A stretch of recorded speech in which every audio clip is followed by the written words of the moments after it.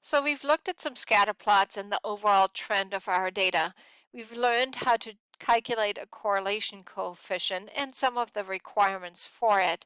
But what now? How do we actually tell how strong that linear relationship is? And there are some guidelines over here, and you'll see, if you're in between some of those values, you could use words like weak to moderate or moderate to strong. But in general, we are going to go with the following guidelines. If a value is between 0 and 0.35, we call that weak positive. If our correlation coefficient is between negative 0.35 and 0, we call it weak negative. If it's between 0.35 and 0.75, we're going to say that's a moderate positive. And if it's between negative 0.75 and negative 0.35, we call it moderate negative. If it's between 0.75 and 1, we call it strong positive. And between -1 and -0.75, it's strong negative.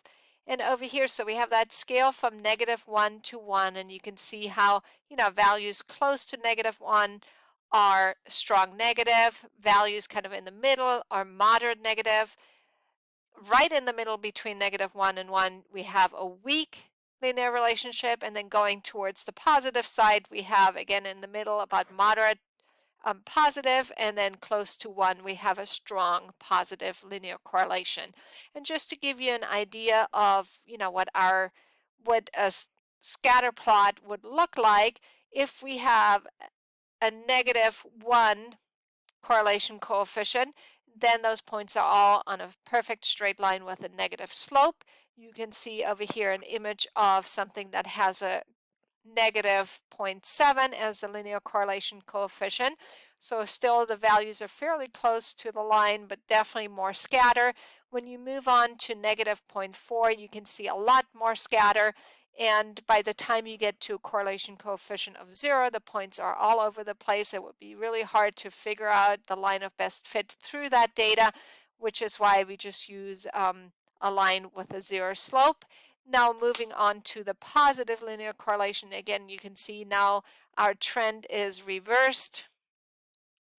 We can now see, positive slope, but again, there's a lot of scatter.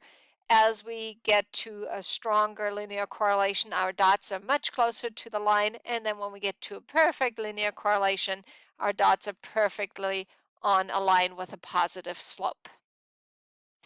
So let's look at an example where we're actually going to interpret based on a scatter plot. So we have the interpretation, and usually when we have these kind of sentences in our lecture notes, those are really important. I want you to highlight them because those are going to be what you're going to use in order to interpret a scatter plot, either based or your data based on a scatter plot, or maybe you're also given the correlation coefficient. So you would put a statement like there is a, and then you're going to fill in the word for strength. So maybe it's moderate, or it's strong, or it's weak.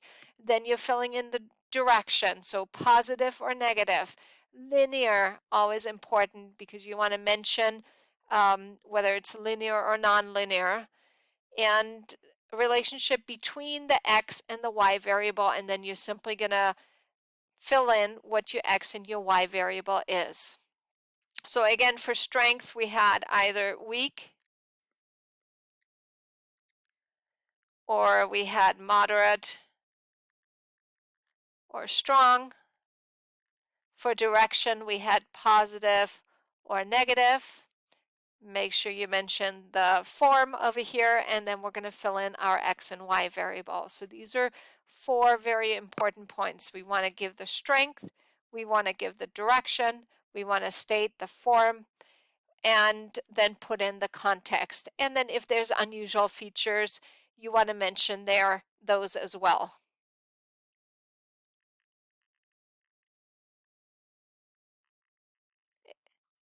if any.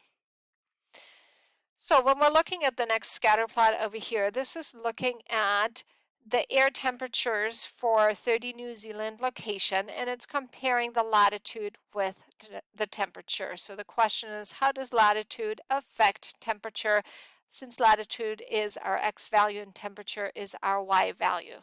So if we drew a line through that, kind of a line of best fit by just eyeballing, trying to go through the middle of our data, we can right away see that we have a negative trend over here. And if we want to interpret that, we would say there is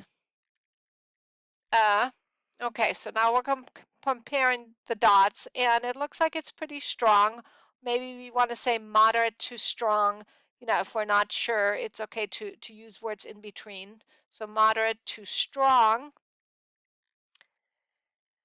that's the strength. Now we look at the direction. Is the line positive or negative? We can see our trend line is going down, therefore it's a negative slope. So this is a negative linear relationship. And yes, our relationship is a straight line relationship.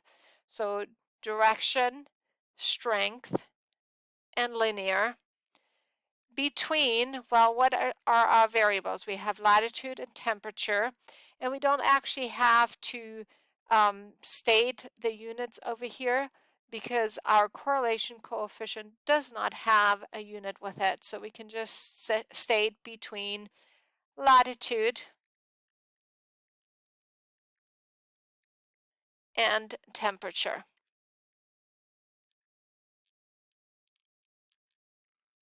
So even if we changed it to different units, we would still have that same moderate to strong negative linear relationship between our latitude and temperature over here.